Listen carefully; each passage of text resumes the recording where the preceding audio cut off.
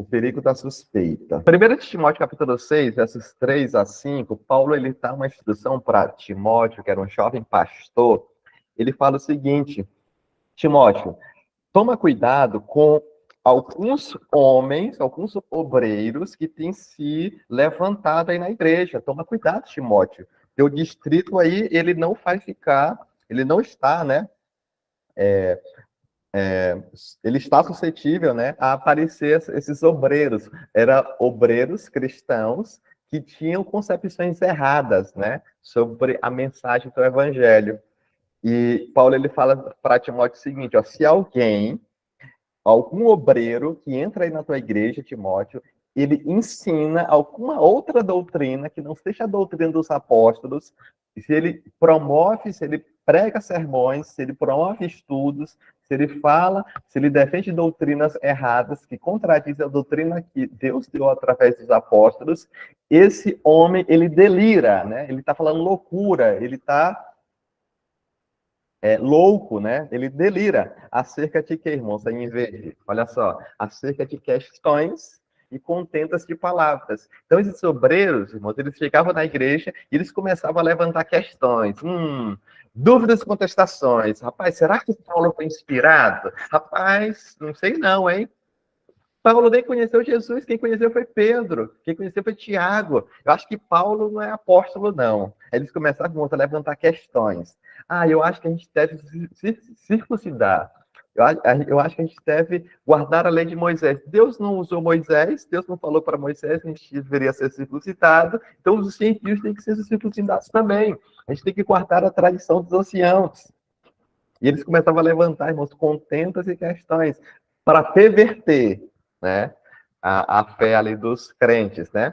Agora, note só o que Paulo fala, irmãos. Ele fala que essas questões, esses debates, essas contendas de palavras, delas nasciam o quê? Olha só, das quais nascem invejas, contendas, né, disputas, blasfêmias, ruins suspeitas e perversas contendas. Olha, irmãos, olha que interessante. Por meio desses debates ruins, dessas discussões tolas, das questões loucas, que Paulo fala depois para Tito, no capítulo 3, verso 9, ele diz, irmãos, esses tipos de debates promovem, irmãos, a natureza carnal e fazem com que nasçam no coração ou que se envolve no coração do homem, invejas, contentas, blasfêmias, inclusive essa palavra blasfêmias aí, irmãos, no grego, no original grego, essa palavra blasfêmias é a mesma palavra que aparece em Colossenses capítulo 3, verso 8, que é traduzida por maledicência,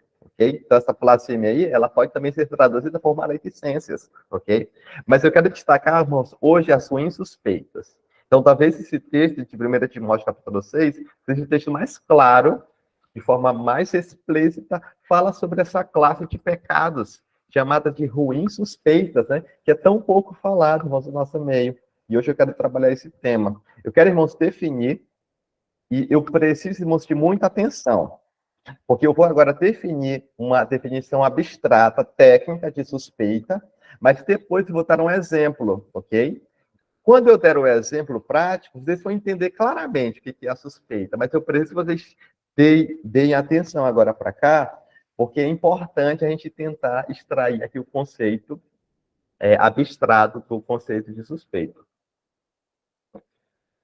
Então, suspeita, irmãos, é o quê? É uma conjectura, uma convicção, uma opinião, uma suposição que é feita. Então, nós observamos um fato e nós vamos conjecturar, nós vamos supor, fazer suposições, nós vamos obter opiniões próprias sobre esse fato.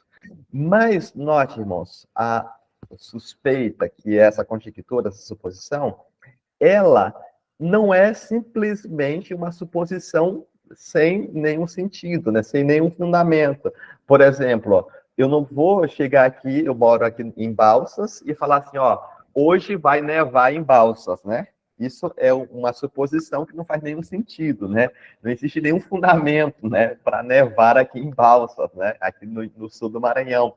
Mas a suspeita, irmãos, é uma conjectura, uma suposição que ela é fundamentada em indícios, tá aí em verde, ó.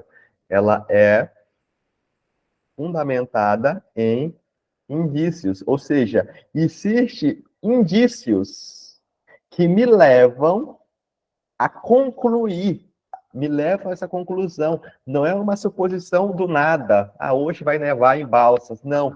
É uma suposição que ela é fundamentada, ela tem fundamento em indícios. Então, existem fatos que me levam a entender. Só que essa suposição, por mais que ela seja feita, essa suspeita, né, por mais que ela tenha fundamento em indícios, ela não é provada.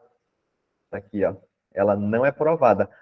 A suspeita, a opinião, a conjectura, ela não é provada. Porque se ela fosse provada, não ia ser mais uma suspeita. Já seria um fato. Ó, se já está chovendo, então eu não vou suspeitar que está chovendo. Já está chovendo, é um fato.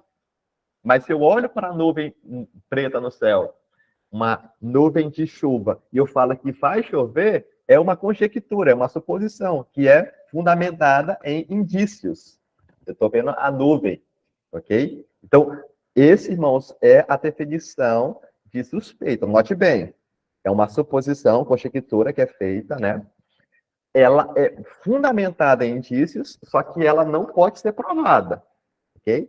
Mas é justamente isso, irmãos, que faz a suspeita ser perigosa, irmãos. Porque ela tem motivos, ela tem fundamentos para concluir, só que nós não podemos provar a conclusão, ok? Agora eu vou dar um exemplo prático. Imagine que o irmão Marcos, que a gente seja membro, eu vou usar o irmão Marcos, tá bom, irmão Marcos? Nada contra o irmão Marcos, é só para ilustrar aqui. Pense que nós somos membros de uma mesma igreja. E eu fui no supermercado, estou voltando para minha casa, a pé, e com as minhas compras na mão, né?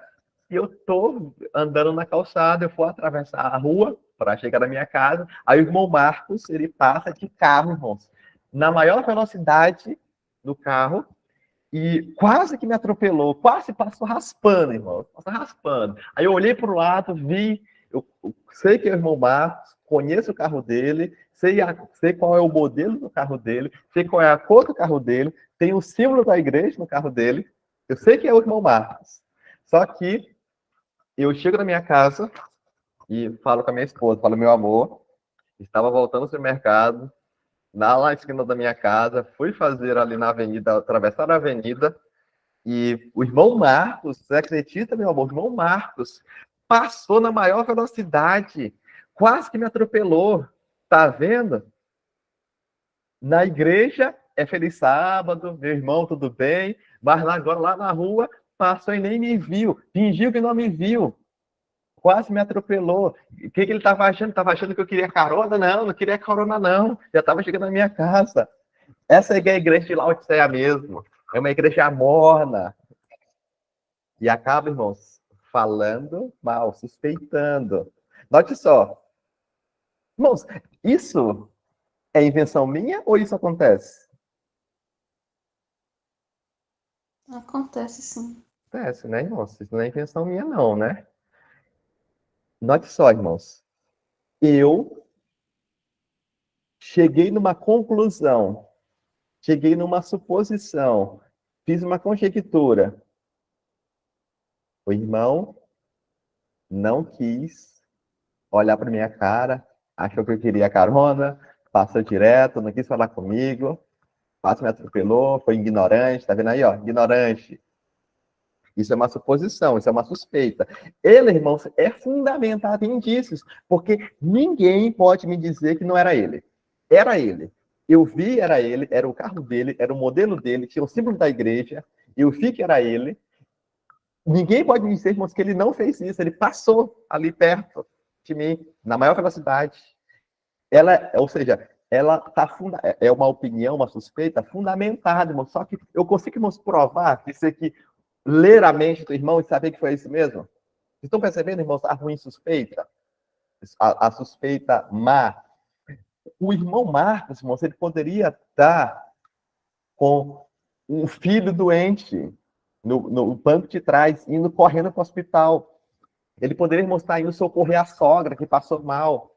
Ele poderia, irmãos, ter desfiado do buraco que estava lá na rua e passou do lado, virou e quase passou em mim e não me viu. O irmão ele poderia, irmãos, não ver, né? Quando eu dirijo também, mas eu fico prestando atenção em quem está passando na rua. Existem, irmãos, várias outras possibilidades, irmãos.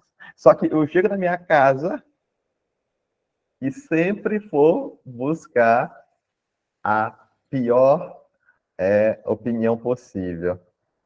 A gente não, irmão, chega na nossa casa e fala, meu amor, o irmão Marcos passou por mim, quase me atropelou na maior velocidade, vamos orar por ele, manda uma mensagem no WhatsApp dele, será que a mulher dele está passando mal? Será que ele está precisando de ajuda? Vamos nos ajoelhar agora para orar. Será que a gente faz isso, irmãos? O irmão estava na igreja, aí eu levantei para pregar, começar o sermão, aí o irmão saiu.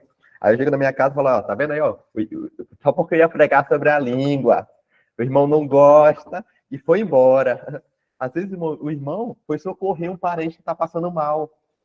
Aí eu chego na minha casa, depois do sermão, aí eu como a carne quente e trêmula, para ver a suspeita. Lembra lá? A difamação dos cintudes é a ruim suspeita. O irmão chega atrasado, tá vendo aí, ó? A ancião da igreja chega 10 horas na igreja, por isso que o povo chega atrasado. O próprio ancião chega 10h30 na igreja. Às vezes o ancião, irmão, ele foi visitar e foi trazer um casal que ele estava estudando bíblico e atrasou, e ele teve lá a misericórdia de esperar o casal que não conhece a palavra de Deus, veio pela primeira vez na igreja, e ele trouxe, e ele perdeu a escola sabatina, ficou só 10h30. E a gente acaba suspeitando, irmãos, mal dessa pessoa. Precisamos, irmãos, aprender a deixar de suspeitar mal e aprender a suspeitar bem. Abra sua Bíblia, irmão, no livro de Josué. Vamos abrir a Bíblia no livro de Josué. Esse texto não está aqui no slide, mas eu preciso trabalhar com vocês. Josué capítulo 22, verso 10. Vamos começar do verso 10. Mas antes, irmãos, eu quero dar uma rápida aula de geografia bíblica, né? Quando o povo de Israel eles saíram do Egito, Deus ele prometeu que eles se estabeleceriam na terra de Canaã. A terra de Canaã, irmãos, é essa terra aqui, ó, que ela está a oeste, né? Está nessa região aqui, ó, a oeste do Rio Jordão. O Rio Jordão é esse rio aqui, ó, que está aqui marcado, né? É esse rio. Aqui é o Mar da Galileia. Jesus ele morou aqui, né? Pregou muito aqui. E o Rio Jordão ele vem aqui de Dan, ele chega aqui no Mar da Galileia e ele desce até o Mar Morto, né? Inclusive foi nesse rio que Jesus foi batizado. Então, o Rio Jordão ele é a fronteira, né? Entre a terra de Canaã, que é a região que fica nesse lado de cá, e a Transjordânia, que fica do lado de cá, ó. A Transjordânia é essa região que fica do lado direito do Rio Jordão. Quando Moisés veio conduzindo o povo de Israel, ele veio por aqui, ó. Ele fez esse caminho. E o que aconteceu? Moisés, ele conquistou alguns reinos dessa região da Transjordânia antes do povo chegar e atravessar para Canaã. Então, as tribos, irmãos, de Manassés, as tribos de Gade, a tribo de Ruben, eram tribos pastoris. Eles eram, irmãos, cuidadores de gado. E essas regiões aqui da Transjordânia eram regiões pastoris. Era uma região que tinha muito pasto. E era uma região muito boa para criar, para pecuária, né? Para criar ali os rebanhos que as tribos de Ruben, de Gade e de Manassés tinham. Então, o que esses homens fizeram? Eles falaram, Moisés, nós somos tribos pastoris, ó, nós somos especialistas em trabalhar com rebanhos. E essa terra aqui é uma terra muito boa, é uma terra ideal, é excelente para nós.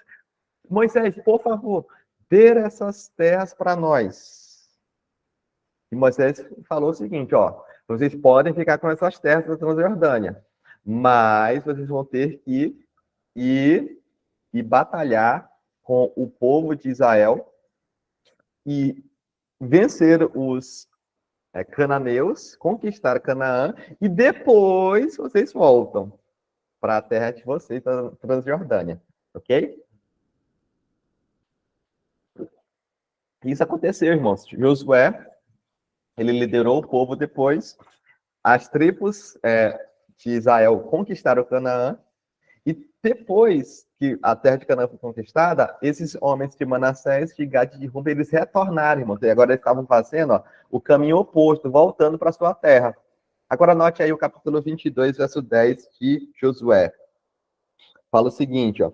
E chegando eles aos limites do Jordão, ainda na terra de Canaã, note só, eles estavam voltando e eles chegaram próximo do Jordão, do Rio Jordão. Mas só que eles estavam do lado de Canaã ainda. Ali, os filhos de Ruben, os filhos de Gade e a meia tribo de Manassés, o que eles fizeram aí, irmãos? Eles edificaram um grande altar, um altar de grande aparência, está aí na ilustração. Eles construíram um altar, irmãos. Note que eles construíram, irmãos, do lado de Canaã. Tá vendo aqui, ó, o rio? Ó? O rio, e ali já é a Transjordânia. Então, do lado de Canaã, eles construíram um altar de grande aparência. Agora, olha o que aconteceu, irmãos, no verso 11. E ouviram os filhos de Israel, que eram as tribos que eram de Canaã, as 9 tribos e meias, e eles ouviram falar, e ouviram lá alguém dizer, alguém passou lá, e viram o povo lá de Gade, de Ruben e de Manassés, edificando o altar. E eles falaram, ó, os filhos de Ruben, de Gade e de Manassés, edificaram um altar diante da terra de Canaã, nos limites do Jordão, no verso 11, do lado dos filhos de Israel. Então, eles comentaram, ó, eles viram lá, ó, o pessoal lá está construindo um altar, viu? Ó, um altar de grande aparência, viu? São os tribos lá da Transjordânia. Eles construíram lá do lado de Canaã. Verso 12. Ouvindo isso, os filhos de Israel reuniu-se, toda a congregação dos filhos de Israel em Siló, que era a capital, né, ali do povo de Israel, onde ficava o tabernáculo, para sair, irmãos, em quê? Em guerra contra eles. Quando os israelitas de Canaã escutaram que aquele povo lá fez um altar de grande aparência, eles se reuniram e falaram, não, nós vamos guerrear contra eles. E eles enviaram, no verso 13, Finéias, que era o filho de Eleazar, o sacerdote. E no verso 14 fala que eles convocaram 10 reis, 10 príncipes, perdão, que era cada príncipe representando uma das casas de Israel. E eles levaram, irmãos, essa comitiva com os exércitos até o limite do Jordão para guerrear contra as tribos transjordânicas, porque eles tinham construído um grande altar. O que acontece, irmãos? Deus ele tinha estabelecido um tabernáculo em Siló, e Deus tinha centralizado o culto, né? O culto era centralizado no santuário, ok? E os homens de Canaã, as tribos de Canaã, eles entenderam, olha só, eles concluíram, eles fizeram uma suposição de que os homens de Ruben, de Gade e de Manassés tinham construído esse altar para fazer um culto rival, para adorar a Deus no culto que ele não tinha estabelecido. Então eles fizeram, levantaram ali os seus homens, mandaram ali os exércitos para poder guerrear contra esse povo. Verso 16, olha só o que eles falaram para o povo da terra da Transjordânia. Que transgressão é esta que cometestes contra o Deus de Israel, deixando hoje de servir ao Senhor? Edificando-os um altar para vos rebelastes contra Deus. Que loucura é essa? Vocês estão construindo um altar para rebeldia. Deus não mandou vocês construírem um altar para sacrificar. O altar de sacrifício é em Siló, no tabernáculo, com os sacerdotes filhos de Levi. Vocês não são levitas. Vocês não podem. Que loucura é essa, verso 17? Foi por pouco a iniquidade de Peó. Pessoal, tribos de Gade, de Ruben e Manassés, vocês não lembram o que Deus fez em Peó? A apostasia de Israel com os moabitas? Vocês não lembram o que aconteceu? A praga que Deus fez pela apostasia, pela rebeldia. Vocês estão ficando malucos. No verso de 20, ele fala, vocês não lembram de Acã, nos dias de Acã, que roubou ali as posses de Jericó, e Deus ele trouxe juízo sobre todo Israel. Nós não vamos ser complacentes com vocês, nós vamos guerrear com vocês. Se vocês forem rebeldes, nós vamos destruir vocês, porque Deus cobrará de nós. Guerra, irmãos. Uma guerra civil foi instalada, irmãos. Mas note o que aconteceu. Olha qual foi a resposta, irmãos, desses homens. Está no verso 22. Os homens de Ruben, de Gade e de Manassés falaram o seguinte: o Senhor Deus dos deuses, o Senhor Deus dos deuses, ele o sabe. E Israel mesmo saberá, se foi por rebeldia ou por transgressão contra o Senhor. Se for por isso, se foi por rebeldia, por transgressão contra o Senhor, hoje não nos preserve. Mas sabe qual foi a motivação, irmãos? Está lá no verso 24. Ó. A motivação foi a seguinte: ó, se antes o não fizemos por receio disto, dizendo, amanhã vossos filhos virão aos nossos filhos e dirão, que tendes vós com o Senhor Deus de Israel? Pois o Senhor pôs o Jordão por termo entre nós e vós. Não tendes parte do Senhor. Verso 26. Por isso dizemos, preparemo-nos agora e edifiquemos um altar, não para o holocausto, nem para sacrifício, verso 27, mas para que entre nós e vós, e entre nossas gerações, depois de nós, nos sejam testemunho, para podermos fazer o serviço do Senhor diante deles com os nossos holocaustos e sacrifícios de ofertas pacíficas. Eu vou explicar para vocês, irmãos.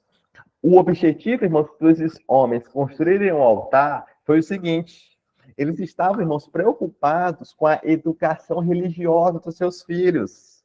Como eles estariam agora, irmãos, morando depois do Jordão, eles estariam longe, geograficamente longe.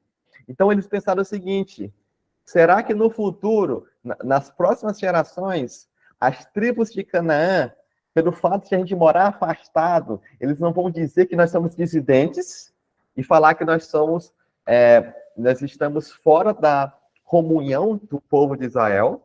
Será que no futuro eles não vão achar que nós estamos morando afastados, né? Nós estamos morando longe, então nós não fazemos parte do povo de Israel? Ah, não, isso não pode ser assim. Nós somos parte do povo de Israel. Nossos filhos têm que saber que eles são parte do povo de Israel. Então vamos construir um altar de testemunho para, se isso acontecer, os nossos filhos, eles vão apontar e vão falar o seguinte, ó, tá vendo aquele altar aí, ó, que tá aí na parte de vocês, ó, tá além do Jordão, tá do lado de vocês, foram nossos pais que construíram. Isso mostra que nossos pais não eram dissidentes. Nós temos parte, sim, com o povo de Israel. Eles estavam preocupados, irmãos, com a educação religiosa dos filhos. Mas note, os homens de Canaã, as tribos de Canaã, eles olharam para o fato. Irmãos, era um fato. O altar tinha sido construído. É um fato. Ninguém poderia duvidar, irmãos, que o altar não foi construído. O altar estava lá. Qualquer pessoa poderia viajar e olhar lá o altar de grande aparência sendo construído. Só que os israelitas, eles foram além do fato. Eles olharam o altar, eles foram além do fato. E eles chegaram numa conjectura, numa opinião, numa suposição. Israel, as tribos de Gade, de Ruben, de Manassés, se apostataram.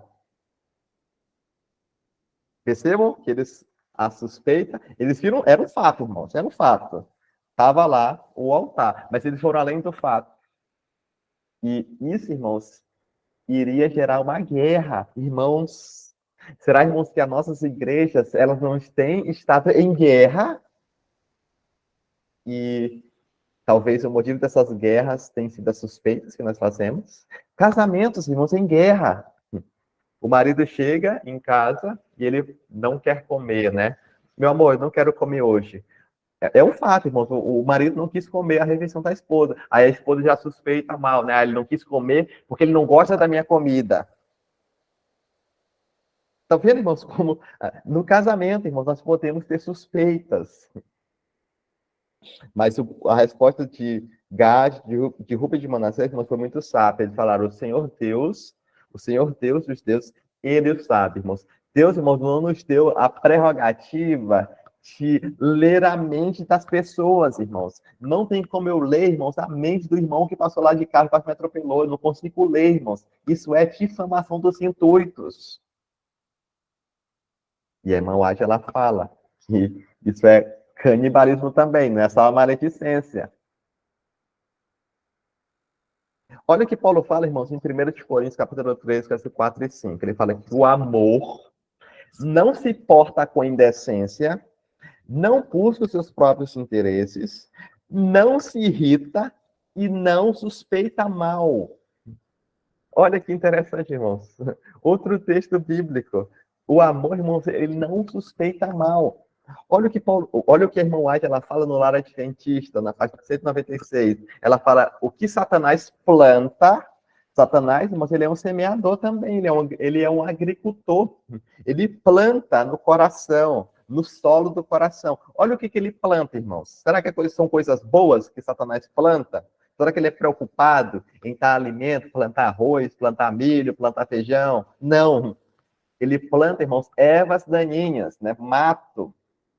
O que ele planta? Ruins suspeitas, inveja, ciúmes, maledicência, impaciência, preconceito, egoísmo, cobiça.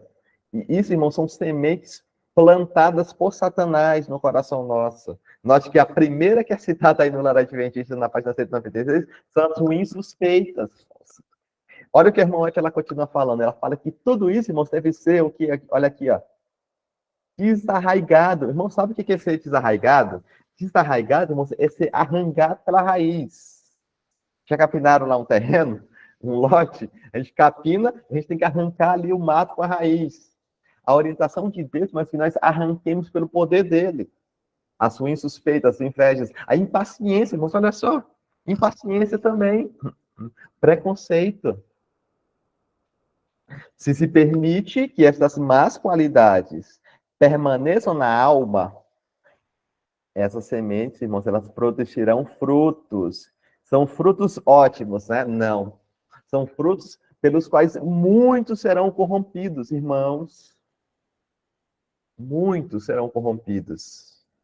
Tanto aquele que suspeita, aquele que fala mal, quanto os ouvintes, né? A maledicência matou pela maldição, que recai mais pesadamente sobre quem fala, mas também sobre quem ouve.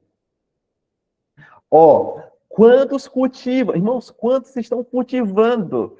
Quantos estão cultivando? Satanás plantou, mas a pessoa ela cultiva, ela irriga, ela cuida ali dessa planta venenosa. Quantos cultivam das venenosas plantas que matam os preciosos frutos do amor e debilitam a alma, irmãos? Esses traços de caráter, irmãos, eles matam, eles sufocam o fruto do amor, o fruto do Espírito, e debilitam a alma, irmãos. Quantas pessoas, irmãos, vão perecer no dia do juízo por ter um caráter, irmãos, moldado segundo o caráter do agricultor satânico, o inimigo de Deus.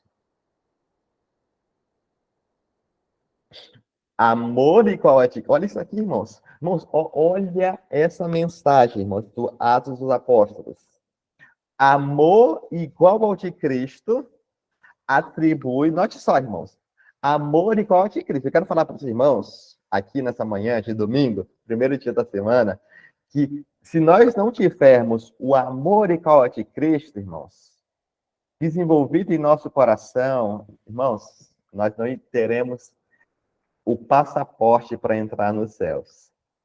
Precisamos manifestar um amor igual ao de Cristo. Hoje, no tempo da graça, desenvolver esse tipo de caráter. Mas esse tipo de caráter, irmãos, ele atribui a mais favorável, irmãos, a mais favorável das intenções, aos motivos e atos dos outros. Precisamos aprender a sujeitar bem. Será que, irmão, passou ali de carro porque ele está com algum problema, como eu ilustrei aqui? Vamos orar por ele. Vamos nos colocar à disposição, mandar uma mensagem, o que aconteceu. Note só, irmãos, a continuação. O amor igual a de Cristo, irmãos, ele também não expõe desnecessariamente as suas faltas. Olha que interessante, irmãos. O amor igual a de Cristo não expõe desnecessariamente, irmãos. Mas, como eu falei ontem, irmãos, existem situações que é necessário, irmãos, expor as faltas numa comissão de igreja. Talvez seja necessário, irmãos, expor.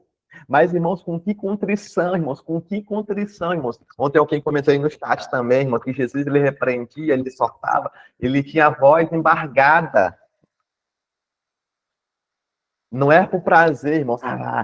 Hoje na comissão eu vou falar, aquele irmão vai ver, eu vou denunciar.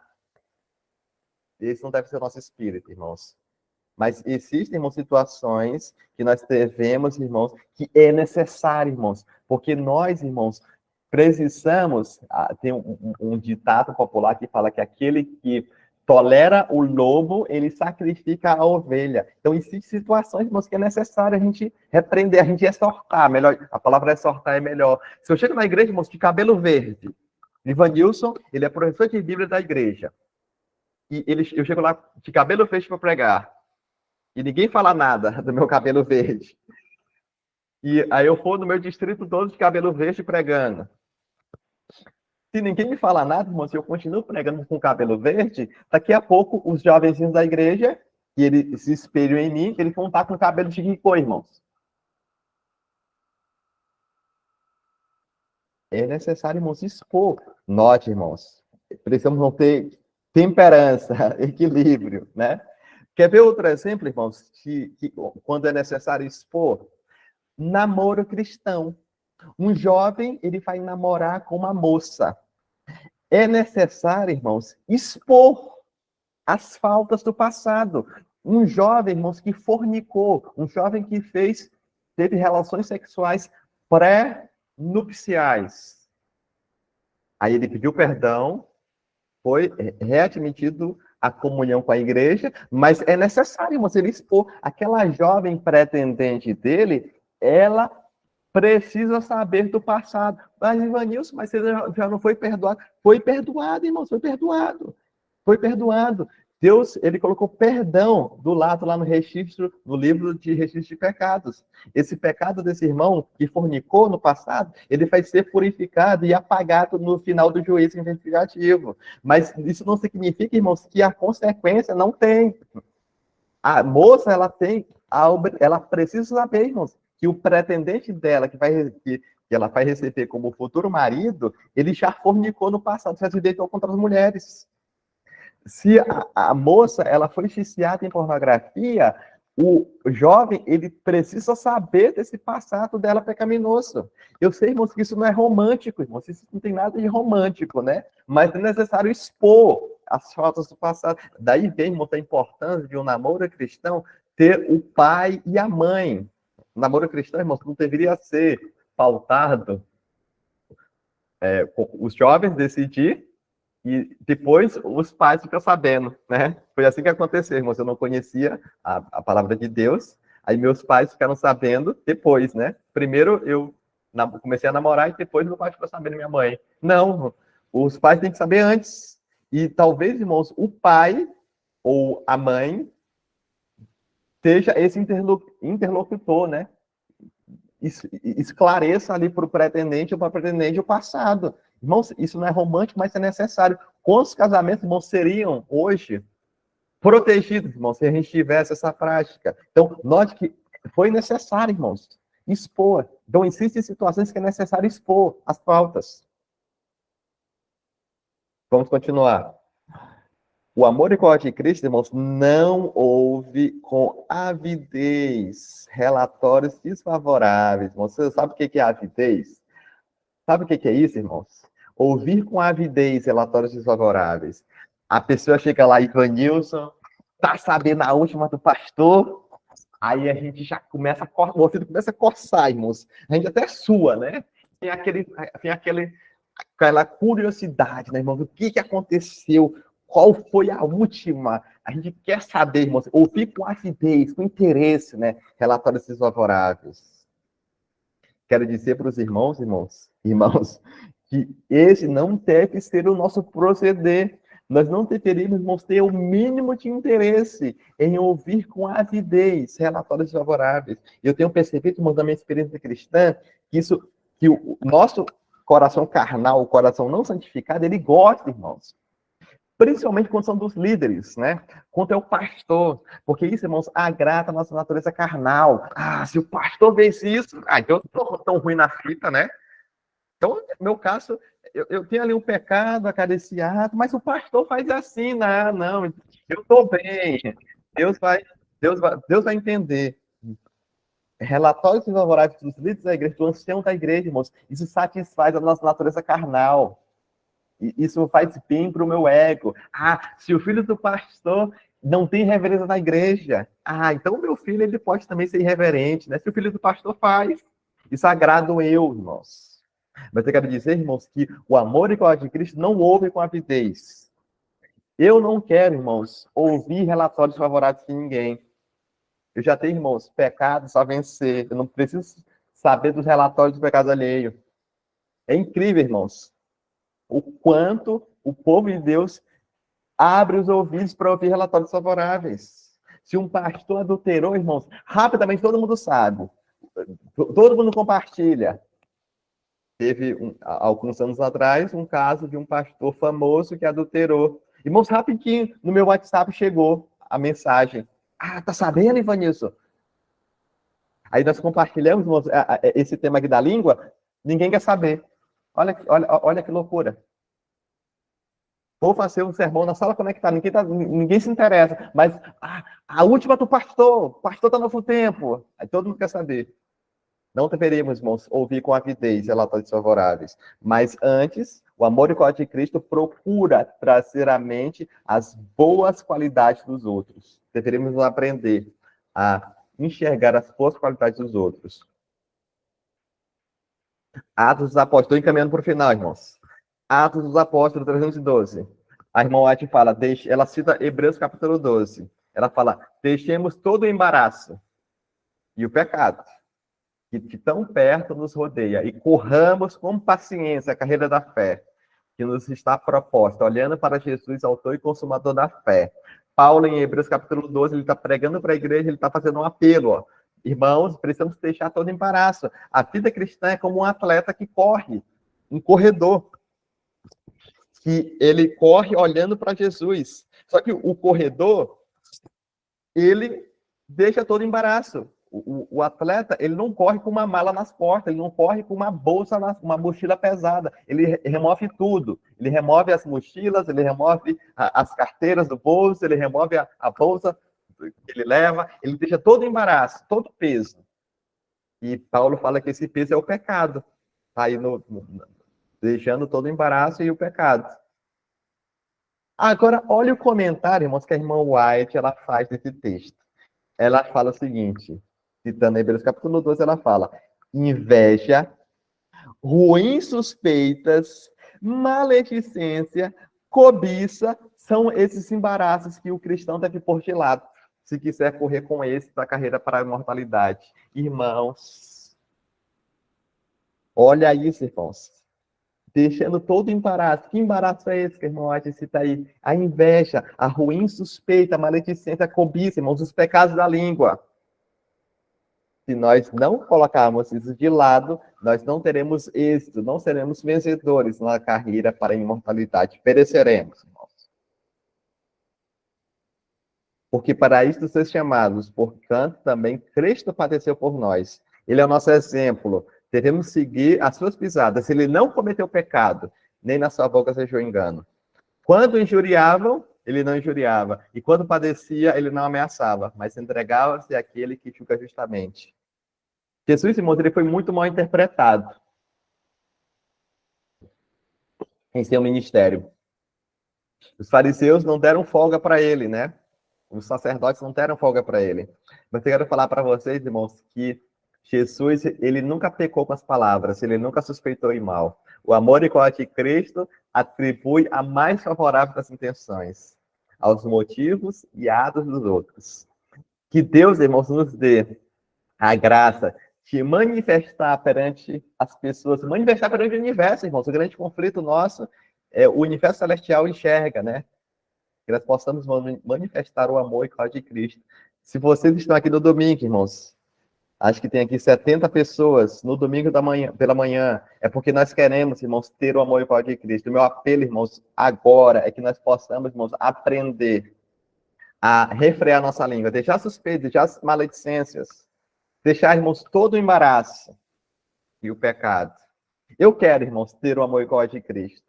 Eu quero, irmãos, atribuir a mais favorável das intenções. Eu quero, irmãos, não expor de forma desnecessária as faltas alheias. Eu não quero, irmãos, ouvir relatórios favoráveis dos nossos irmãos. Amém?